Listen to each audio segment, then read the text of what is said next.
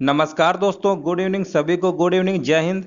चलिए दोस्तों स्टार्ट करते हैं। देखिए आपके स्क्रीन पर पहला प्रश्न दिख रहा होगा, लिखा है, वर्ष 2011 में महेश के पास एक्स पेड़ थे। प्रत्येक वर्ष नए वृक्षारोपण के कारण इस संख्या में 10% की वृद्धि हो जाती है। तो पहली बार किस वर्ष में 2011 की तुलना में पेड़ों की संख्या कम से कम 50% हो जाएगी, यानी 2011 की तुलना में 50% अधिक हो जाएगी। तो सबसे पहले देखो कैसे लगाएंगे। 2011 में महेश के पास कितने पेड़ थे? एक्स पेड़ थे। प्रत्येक वर्ष में नए वृक्षारोपण के कारण इस संख्या में 10% की वृद्धि हो जाती है, यानी 10% की वृद्धि होगी 10/100। अब यहाँ समय तो पता नहीं कितनी बार में मतलब बढ़ेगा, तो हम मान लेते हैं एन से मल्टीप्लाई कर देते हैं। जो भी समय होगा इस तरीके से आपका बढ़ता चला जा रहा है। लेकिन यहीं पे बोला है 2011 की तुलना में पेड़ों की संख्या 50% अधिक हो जाएगी। तो 2011 में कितने पेड़ लगाए थे? एक से पेड़ लगाए थे। 50% अधिक हो जाएगी, यानी इसी का 50% निकाल लीजिए। तो कितना आएगा? ये आएगा 1/2। कितना आ जाएगा? 50% है ना, ऐसे सॉल्व कर लो। 100 से 100 कैंसिल कर लो, और 10 से 10 कैंसिल कर लो, 10×5 = 50, और x से x कैंसिल कर लो। n बराबर कितना आ गया? n बराबर आ गया 5, ठीक है ना। तो यहाँ पर बोला है 2011, 5 n की मतलब समय की वैल्यू आ गई 5 वर्ष। तो बोला है पहली बार किस वर्ष में? तो बोला है कम से कम कितने वर्ष अभी लगेंगे 2011 की तुलना में कि 50% अधिक हो जाए। तो 2011 में से 5 साल और आगे बढ़ाएंगे, तो 2011 में से 5 साल जोड़ देंगे, यानी 2011 5 कितना होता है? 2016। तो इसका जो राइट आंसर होगा ऑप्शन नंबर बी के साथ जाएगा। बी नंबर राइट आंसर हो जाएगा। इस तरीके से आपको लगाना था। उम्मीद है समझ गए होंगे। सवाल में एक बार फिर समझ लेते हैं। एक से पेड़ थे, 10% बढ़ा, कितने वर्ष तक बढ़ा हमें नहीं पता है, एन हमने निकाल लिया। और यहाँ पर बोला था 2011 की तुलना में 50% वृद्धि हो जाएगी, यानी इसी एक्स का हमने 2011 में 50% निकाल के इक्वेशन बराबर कर लेंगे। एन निकलेगा, जितना आएगा 2011 में जोड़ दीजिएगा, आपका आंसर आ जाएगा। आगे बढ़ते हैं, क्वेश्चन नंबर दूसरा। यहां पर देखिए पूछा गया है, पहली 567 प्राकृतिक संख्याओं का समांतर माध्य कितना होगा। बहुत आसान सवाल इस टाइप के होते हैं। पहली पूछा है, यानी स्टार्टिंग से पूछा गया है, तो पहला एक लिखेंगे स्टार्टिंग से, है ना। अब 567 प्राकृतिक संख्या है, यानी 567 जोड़ देंगे। समांतर माध्य पूछा गया है, 2 से भाग कर देंगे, तो आपका आंसर आ जाएगा 568/2। इसको भाग कर लीजिएगा, 2 दूनी 4, 2 × 8 = 16, 2 चौको 8, यानी 284 इसका राइट आंसर होगा, ऑप्शन नंबर बी। जब भी समांतर माध्य पूछे तो पहली संख्या लास्ट संख्या दोनों का योगफल बट्टे 2 कर दीजिएगा, आपका समांतर माध्य निकल आएगा। आगे बढ़ते हैं, क्वेश्चन नंबर तीसरा। निम्नलिखित संख्याओं में से कौन सी संख्या एक पूर्ण वर्ग नहीं है? पूर्ण वर्ग के बारे में हमने बताया था, जब भी संख्या के लास्ट में 2 3 7 8 होता है वो कभी भी पूर्ण वर्ग नहीं होता है। यहाँ पर 2 आपको दिख गया ना, मतलब यही वाला आपका पूर्ण वर्ग नहीं होगा, ऑप्शन नंबर डी। आगे बढ़ते हैं, क्वेश्चन नंबर 4। यहाँ पर देखिए पूछा गया है, किसी संख्या और उसके 2/4 के बीच का अंतर 60 है तो संख्या कितनी होगी। अब देखो संख्या हमने मान लिया अगर x है, इसी का 2/4, संख्या का 2/4 कितना होगा? अंतर लिखा है ना, संख्या का 2/4 यानी 2/4। यही अंतर दिया हुआ है, 60 के बराबर है। 2 1 कम 2, 2 दूनी 4, यानी x में x/2 माइनस करेंगे तो आपका आएगा x/2, बराबर में 60 है। x की वैल्यू कितनी आ गई? 120। कितना सिंपल सवाल था। ऑप्शन नंबर 120 कहाँ लिखा हुआ है? ऑप्शन नंबर ए, जो इसका राइट आंसर हो जाएगा। इस तरीके से आपको लगाना है, तेजी से लगाना है। आप भी तेजी से लगाइए हमारे साथ, क्योंकि अगर आपके अंदर स्पीड नहीं होगी तेजी लगाने की तो फिर आपका सिलेक्शन में दिक्कत हो सकती है, इसलिए स्पीड बहुत जरूरी है। यहां पर बताइए इसका आंसर क्या होगा। यदि 2 की पावर x गुणे 5 की पावर x के अंत में 5 होता है तो x का मान कितना होगा। अब देखो अंत में 5 होता है तो x का मान, अच्छा ये बताओ, 2 की पावर x इंटू 5 की पावर x लिखा हुआ है, इसको हम इस तरीके से भी लिख सकते हैं 10 की पावर x। जब दोनों पावर सेम होते हैं ना, इनका मल्टीप्लाई करके पावर को एक बार लिखा जाता है, ये कॉन्सेप्ट होता है। अब यहां पर ये बताओ, x की वैल्यू अगर 1 रखोगे 2 रखोगे, ये तो 10 है ना, तो 10 का स्क्वायर करोगे तो लास्ट में हमेशा 0 आएगा।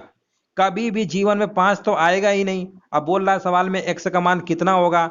अरे भाई ना तो 0 से आएगा ना तो 1 से आएगा, आएगा ही नहीं, 5 आएगा ही नहीं। x का कोई मान नहीं होगा, x का ऐसा कोई मान ही नहीं होगा जिससे 5 आ जाए। बस हो गया आपका आंसर, क्योंकि 100 है 1000 है, इसका कितना भी स्क्वायर क्यूब करोगे लास्ट में 0 ही आएगा, ठीक है ना। इसलिए ऑप्शन नंबर इसका डी वाला सही हो जाएगा। आगे बढ़ते हैं, क्वेश्चन नंबर 6। यहाँ पर देखिए पूछा गया निम्नलिखित समीकरण को हल करना है, सिंपल सवाल है। सबसे पहले देखिए यहाँ पर हम इस ब्रैकेट को सॉल्व कर लेंगे। 10 5 कितना होता है? 15 होता है। यहाँ पर लिखा हुआ है 5 - 15, यहाँ पर कितना आएगा? 5 - 15, इस तरीके से आएगा। फिर इसको ऐसे माइनस कर लेंगे, इसको ऐसे माइनस कर लेंगे, तो यह आपका आएगा -10। यानी यहाँ पर आ जाएगा ओवरऑल माइनस का 10 आएगा, माइनस का 10 आ जाएगा। अब फिर 5 से भाग भी दोगे तो कितना आएगा, 5 का भाग 10 में दोगे 2 आएगा। यहाँ पर माइनस एक और लगा यानी प्लस का कितना हो जाएगा 2। 10 पहले से लिखा हुआ है, 10 2 कितना आएगा 12, यानी 12 ऊपर आएगा। अब हम नीचे वाला सॉल्व कर लेते हैं। नीचे वाला देखिए 10 में से 5 घटाएंगे तो आपका 5 आएगा, ठीक है ना। आगे देखिए यहाँ पर घटाएंगे माइनस का 5, माइनस का 5 में 5 से भाग देंगे, माइनस का 1 आएगा, माइनस का 1 आएगा, लेकिन यहाँ पर माइनस लगा हुआ है, प्लस का 1 हो जाएगा, यानी 5 और 1, 5 और 1 कितना हो जाएगा 6, यानी 12/6 आएगा। 12/6 का मतलब इसका आंसर होगा 2। ऑप्शन नंबर बी इसका राइट आंसर हो जाएगा। इस तरीके से आप तेजी से लगा सकते हैं। क्वेश्चन नंबर 7वां नंबर देखिए लिखा हुआ है 10 संख्याओं का औसत 6 है। यदि प्रत्येक संख्या को 12 से गुणा किया जाता है तो संख्याओं के नए सेट का औसत क्या होगा। अब देखिए जब भी इस टाइप के सवाल हो पहले कंडीशन दे देगा 10 संख्याओं का औसत इतना है। यदि प्रत्येक संख्या में 12 से अगर गुणा किया जाता है तो देखिए जो औसत पहले वाला दिया होगा ना, जिससे बोलेगा गुणा करते हैं, इसी का मल्टीप्लाई इसमें करा दीजिएगा, जितना आएगा वही आपका नया औसत आएगा। ये चीज आप दिमाग में बिल्कुल फिट कर लीजिए। अगर हम यहाँ कहते थे 10 संख्याओं का औसत 5 है, 10 से गुणा किया जा रहा है तो यहाँ 5 गुणे 10 कर देते यानी 50 आता। तो डायरेक्ट आपका 12 गुणे 6 कर देंगे यानी 72 इसका राइट आंसर हो जाएगा। ये कॉन्सेप्ट होता है। इसका right answer option number D हो जाएगा। आगे बढ़ते हैं क्वेश्चन नंबर 8। यहाँ पर देखिए लिखा हुआ है यदि 144/0.144 बराबर 14.4/x हो तो x का मान कितना होगा। अब देखिए इसको सॉल्व कर लेते हैं। सिंपल सवाल है, ये दशमलव लगा हुआ है दोस्तों, ध्यान दीजिएगा इसको। तो देखिए सबसे पहले हम क्या करते हैं, इस दशमलव को अगर हटा ले और यहाँ पर कितने 3 जीरो बढ़ाना पड़ेगा हमें, कितने 3 जीरो, ठीक है ना। अब चाहो तो ऐसे करते हैं, ये इसको काट लोगे तो ये कट जाएगा, यानी कितना आएगा 1000 आ जाएगा। कितना आ जाएगा 1000, ठीक है ना। आपको समझ में आ रहा होगा। दशमलव हटाया 3 जीरो बढ़ाया 1000 आएगा, बराबर कितना आएगा 14.4/x। इतना आप कर लेंगे ना।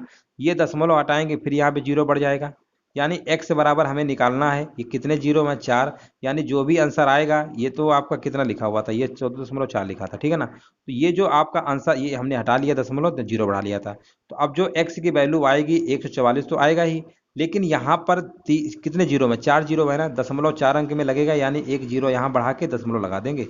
0.014 इसका आंसर आएगा। कहाँ पे लिखा हुआ है 0.0144, ये वाला ऑप्शन नंबर ए इसका राइट आंसर हो जाएगा। इस तरीके से आपको लगाना है। उम्मीद है समझ गए होंगे, ठीक है ना। अगर इसका गुणा करोगे ऐसे मान लो तो यहाँ पर क्या आएगा, इसी के बटे में तो आएगा ना, x गुणे 10,000 लिखोगे तो 144/10,000 आएगा ना। दशमलव हटा के ऐसे तो करते हैं ना। ऑप्शन नंबर ए इसका सही हो जाएगा।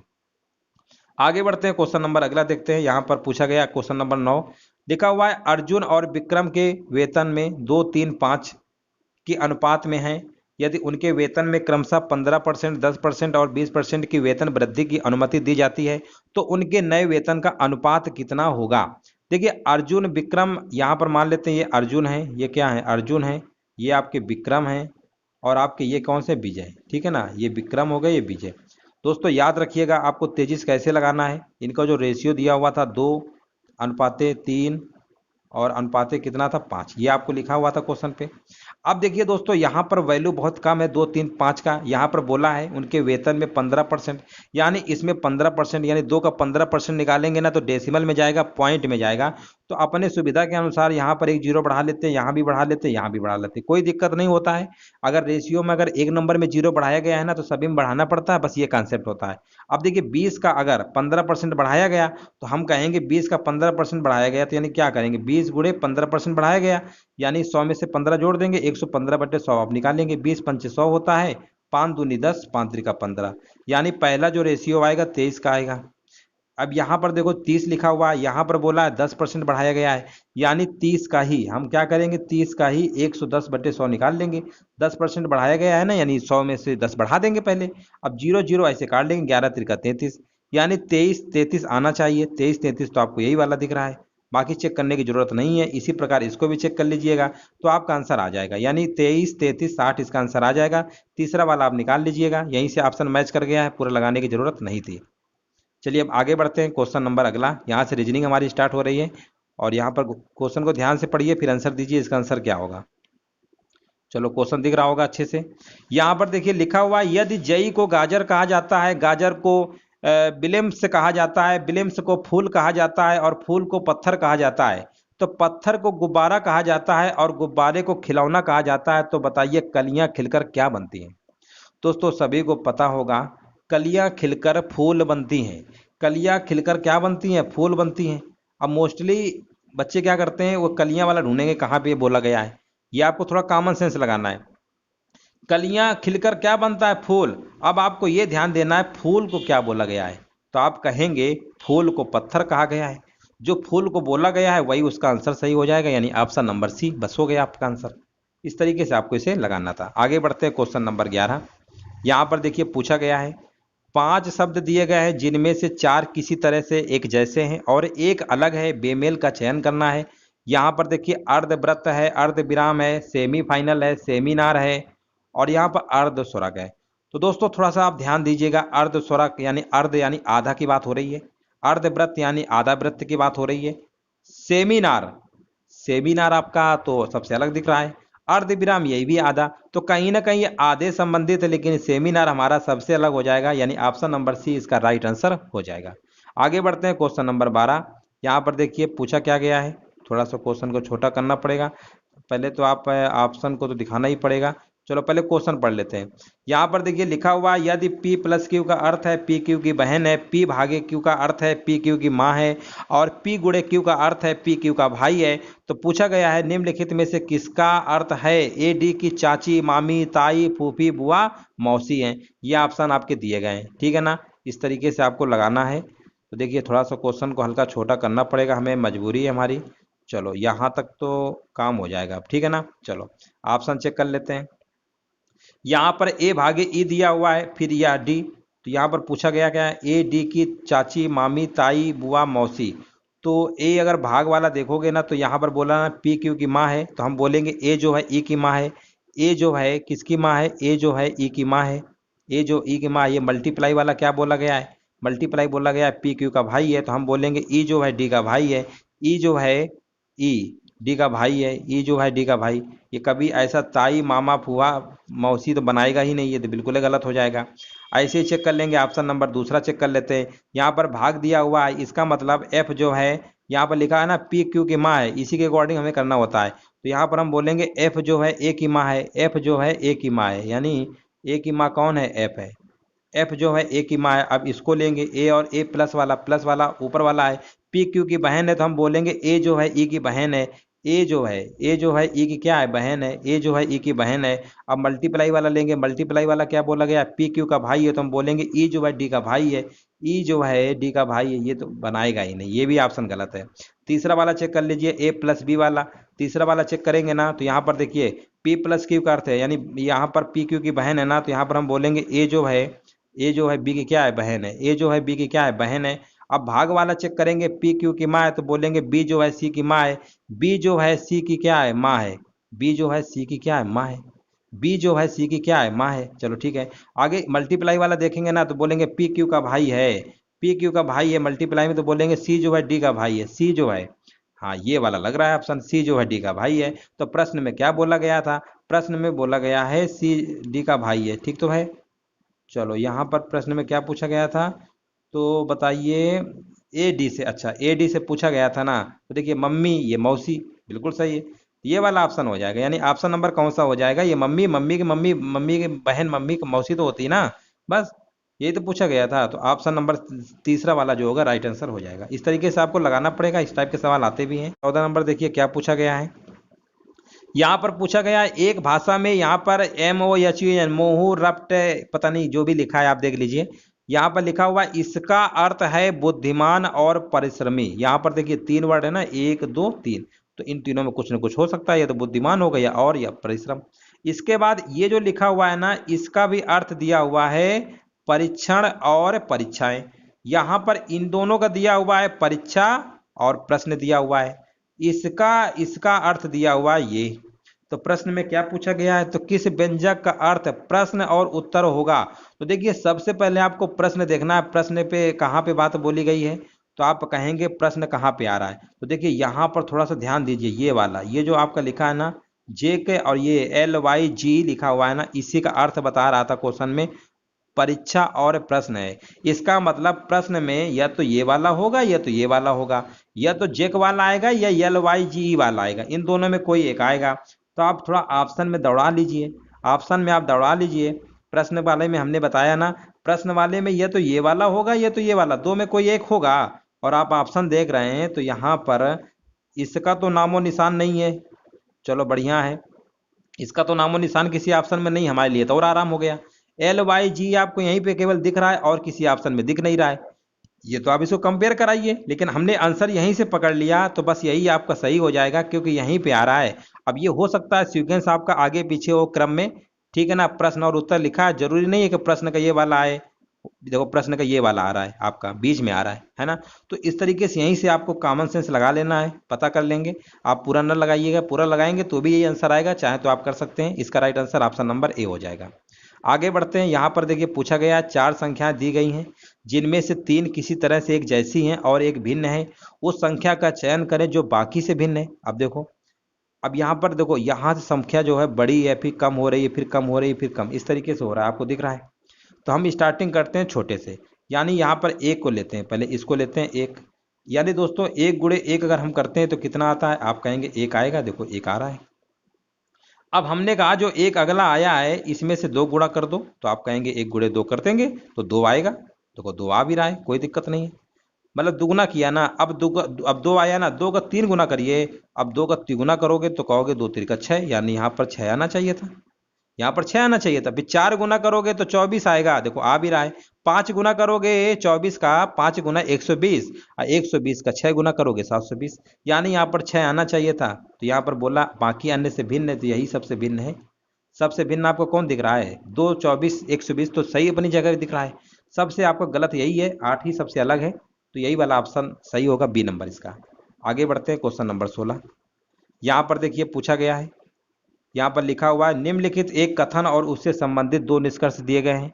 कथन और निष्कर्षों को पढ़िए और निर्धारित करने की कौन सा निर्णय तार्किक रूप से दिए गए कथन का अनुसरण करता है। कथन हमारा दिया गया है, एक पुस्तकालय पाठकों द्वारा विलंब से पुस्तकें वापस करने पर वापसी की निर्धारित तिथि के बाद विलंबित दिनों के लिए प्रतिदिन 10 रुपए का अर्थदंड लेता है। ठीक है ना, विलंब से अगर देंगे 10 रुपए का दंड लेगा। अब यहाँ पर लिखा हुआ है महंगी पुस्तकों के लिए अर्थदंड अधिक होगा। भैया महंगी की तो बात ही नहीं की है, महंगी की तो बात ही नहीं है। सस्ती पुस्तकों के लिए अर्थदंड कम होगा, ये कहाँ से आ गया। मतलब कुछ भी लिख दिया है, सस्ती पुस्तकों के लिए अर्थदंड कम होगा। तो इसमें क्या है, सस्ती पुस्तकों के लिए यहाँ पर ऐसा तो कोई बोला नहीं है। इतना बोला गया कि चार्ज लगेगा, अगर आप विलंब से देंगे तो आपको 10 रुपये देना पड़ेगा। सस्ती और ये मद्दी की बात कहाँ से आ गई निष्कर्ष में, बिल्कुल सरासर गलत लिखे हैं। तो इसका मतलब कौन सा ही होगा, ऑप्शन कहीं नहीं लिखा है, दोनों ये लिखा है, लास्ट में लिखा है ऑप्शन नंबर डी। ना तो निष्कर्ष फर्स्ट और ही ना निष्कर्ष सेकंड अनुसरण करता है, ऑप्शन नंबर डी इसका राइट आंसर हो जाएगा। आगे बढ़ते हैं, क्वेश्चन नंबर 17 देखते हैं। यहाँ पर भी इस टाइप के सवाल आपके सिलेबस में हैं, रीजनिंग में खूब आएंगे, भरमार है, इनको समझिए और थोड़ा सा लगाने की कोशिश करिए। 2 कथन दिए गए हैं, कारण प्रभाव इस तरीके से हैं, आपको बताना है। अभिकथन यानी कथन दिया हुआ है, कुछ उद्योगों द्वारा उत्सर्जित मेथेन गैस के फलस्वरूप भूमंडलीय उष्मीकरण होता है। कारण हमारा दिया गया है, मेथेन एक भारी गैस है और यह वायुमंडल के निचले क्षेत्रों में जमा होती है। पहली बात तो मेथेन हल्की गैस होती है, वायु से हल्की होती है, भारी होती नहीं है। तो पहले तो ये कारण गलत है इसका। आगे बढ़ते हैं, कारण तो गलत है, कारण क्या है, कारण बिल्कुल गलत है। और अभिकथन जो बात, अभिकथन कथन में क्या बोला गया है, कुछ उद्योगों द्वारा उत्सर्जित मेथेन गैस के फलस्वरूप भूमंडलीय उष्मीकरण होता है, ये तो बात सच है। इंडस्ट्रियल वगैरह से अगर मेथेन गैस होता है तो भूमंडलीय उष्मीकरण होता है, ये सही है। तो यहाँ पर हम ये कह सकते हैं, यहाँ पर हम क्या कह सकते हैं, ए तो सत्य है, पहला वाला सत्य है, लेकिन दूसरा वाला कारण क्या है, गलत है। मेथेन भारी गैस नहीं होती, वायु से हल्की होती है। तो ऑप्शन नंबर सी के साथ इसका आंसर जाएगा। आगे बढ़ते हैं, यहाँ से दोस्तों आपके ग्राफ के क्वेश्चन शुरू हो जाते हैं। यहाँ पर लिखा हुआ है विभिन्न दिनों पर बेचे गए पेनों की संख्या है। थोड़ा क्वेश्चन छोटा कर देते हैं, तभी आपको दिखेगा, नहीं फिर देख नहीं पाएंगे। चलिए अब आपको दिख रहा होगा। यहाँ पर देखिए पूछा गया है, थोड़ा वो छोटा करना पड़ेगा, पहले आप देख लीजिए। इस तरीके से सोमवार, मंगलवार, बुधवार, गुरुवार, शुक्रवार आपका बना हुआ है। इस तरीके से पूरी तालिका आपको, तालिका कह रहे हैं, ग्राफ आपको दिख रहा होगा। चलो अब थोड़ा क्वेश्चन को छोटा कर देते हैं हल्का सा। ऑप्शन नहीं भी दिखेगा तो कोई दिक्कत नहीं है, ठीक है ना, ऑप्शन नहीं भी दिखेगा तो भी कोई दिक्कत की बात नहीं है, ठीक है ना। चलो यहाँ पर बोला गया है मंगलवार को बेचे गए कुल पेनों में से खराब पेन और बेचे गए कुल पेनों की संख्या में अनुपात दिया गया। अब देखिएगा सवाल में मंगलवार को बेचे गए कुल पेन, मंगलवार को कितने पेन बेचे गए पहले हम ये देख लेते हैं, डाटा ले लेते हैं मंगलवार का, बाकी ग्राफ से कोई मतलब ही नहीं है। मंगलवार में कितना है टोटल, मंगलवार में ये है, मंगलवार कहाँ पे था, मंगलवार आपका दूसरे नंबर पे था, दूसरे नंबर पे यानी यहाँ पे आ रहा है, यानी 75 आएगा। मंगलवार का डाटा कितना आया है 75, ठीक है ना। चलिए 75 आया है, 75 पेन बेचे गए हैं। चलिए हमें 75 पेन से मतलब है, अब हम आगे लगाते हैं। मंगलवार को बेचे गए कुल पेनों में से खराब पेन, ठीक है ना, मंगलवार को बेचे गए कुल पेनों में से खराब पेन, ये नहीं, ये खराब पेन है, ये खराब पेन है, और बेचे गए कुल पेनों की संख्या, बेचे गए कुल पेन कितने हैं 15, खराब उसमें इतने हैं, तो अच्छे पेन कितने होंगे, तो आप ही बताइए, 15 में 7 घटा देंगे तो कितना आएगा 8, 8 अच्छे पेन होंगे। अब बटे में कितना आएगा, बटे में 15 ही आएगा, टोटल पेन तो 15 ही है ना, 7 उसमें क्या थे, 7 उसमें से खराब थे, तो अच्छे कितने होंगे टोटल, अगर आपके पास मान लीजिए 15 पेन है, हमने कहा 7 खराब है, तो अच्छे कितने होंगे 8 होंगे ना, और बटे में 15, टोटल हमने निकाला था उसमें कितना था 15, 75 आया था, 15 पने 75 यानी 5 अट्ठे कितना होता है 40, तो बोला गया अच्छे पिनों कुल संख्या कितनी हो जाएगी 40, ऑप्शन नंबर ए इसका राइट आंसर हो जाएगा। आगे बढ़ते हैं, यहाँ पर देखिए पूछा गया है क्वेश्चन नंबर, थोड़ा सा हल्का सा बड़ा क्वेश्चन है, इसलिए थोड़ा छोटा भी करना पड़ेगा। चलो क्वेश्चंस काफ़ी दिख रहा है आपको, चलो ऑप्शन नहीं देखो, ऑप्शन चाहे तो लिख लो, 36, 46, 56, 66 ये ऑप्शन दिए गए हैं। अब हम लगाते हैं क्वेश्चन को, थोड़ा सा और बड़ा कर देते हैं। चलो अब दिख रहा होगा, लिखा हुआ है गुरुवार को बेचे गए कुल पेनों में से 20% नीली स्याही के पेन थे। अब देखो गुरुवार को कितने पेन बेचे जा रहे हैं, पहले तो आप ये देख लीजिए, गुरुवार को पेन कहाँ पे बेचे जा रहे हैं, ये आपका गुरुवार है, ये आपका गुरुवार है, ये तो आपका बीच में आ रहा है ना, ये बीच में आ रहा है, ठीक है ना, बीच में आ रहा है, ये देखो ये ऊपर आ रहा है ना, यहाँ पे आ रहा है 40-50 के बीच में आ रहा है, 50 वाला आपका ये वाला है, 50 वाला आपका ये, यानी 45 है, कहने का मतलब 45 है, ठीक है ना। तो यहाँ पर देखिए लिखा हुआ है 45, तो आपको दिख गया ना, टोटल 45 है, 45 आपको दिख गया, कोई दिक्कत नहीं है इसमें 45। अब यहाँ पर देखिए गुरुवार को बेचे गए कुल पेनों में से 20% नीली स्याही पेन थे, तो देखिए गुरुवार को कितने पेन बेचे जा रहे हैं 45, 20% नीली स्याही के थे, 20% नीली स्याही के थे, इसी का 20% निकाल लो, तो 20% की फ्रैक्शन वैल्यू 1/5 होती है, यानी 9, 9 आपके आ गए नीली स्याही के, कैसे आ गए नीली स्याही के आ गए, 9 आपके नीली स्याही के हो गए ना। आगे लिखा हुआ है शेष में से 25%, अब बताइए 45 में से 9 नीली स्याही के हैं, तो आप कहेंगे कितना बचेगा, 45 में घटा लीजिए, 15 में 9 गया कितना आएगा 6, और यहाँ पर आएगा 36, 36 बचेंगे। अब 36 में से बोला है 25% लाल स्याही के, यानी 25% की फ्रैक्शन वैल्यू 1/4 यानी 9, 9 पेन हमारे कैसे लाल हैं, यानी 9 पेन हमारे कैसे हैं लाल स्याही के हैं, चलो ये भी हमारा हो गया। अब आगे लिखा है शेष काली स्याही के हैं, अब ये बताइए 9 हमारे नीले हो गए, 9 हमारे लाल हो गए, टोटल तो 45 थे ना, तो 9 9 18, यानी 45 में से अब 18 घटाएंगे तो आप कहेंगे 27 बचेंगे, कितने बचेंगे 27, 27 हमारे कैसे होंगे काली स्याही के होंगे, ये कैसे काली स्याही के हैं, 27 पेन हमारे काली स्याही के हैं, आपको लैंग्वेज समझना है फिर आप लगा लेंगे अच्छे से। अब बोला है गुरुवार को बेचे गए नीले और काली स्याही पेनों की कुल संख्या बताइए। अब देखिए गुरुवार को बेचे गए नीली, यहाँ पर गुरुवार की हम बात कर रहे हैं ना, गुरुवार, हाँ नीली और काली की बात हो रही है ना, तो काली तो 27 है, नीला तो 9 आया हुआ है, तो यहाँ पर नीली और काली दोनों को जोड़ दीजिए, 27 9 कितना होता है 36, कोई सवाल में खास दम ही नहीं थी। ऑप्शन नंबर इसका कौन सा सही होगा, 36 लिखा है कहीं, अच्छा ऑप्शन नंबर ए इसका राइट आंसर। सवाल देखते हैं, यहाँ पे देखिए लिखा हुआ है, और थोड़ा छोटा करना पड़ेगा, क्वेश्चन काफ़ी बड़ा है, चलो अब दिख रहा होगा, थोड़ा सा और कर देते हैं।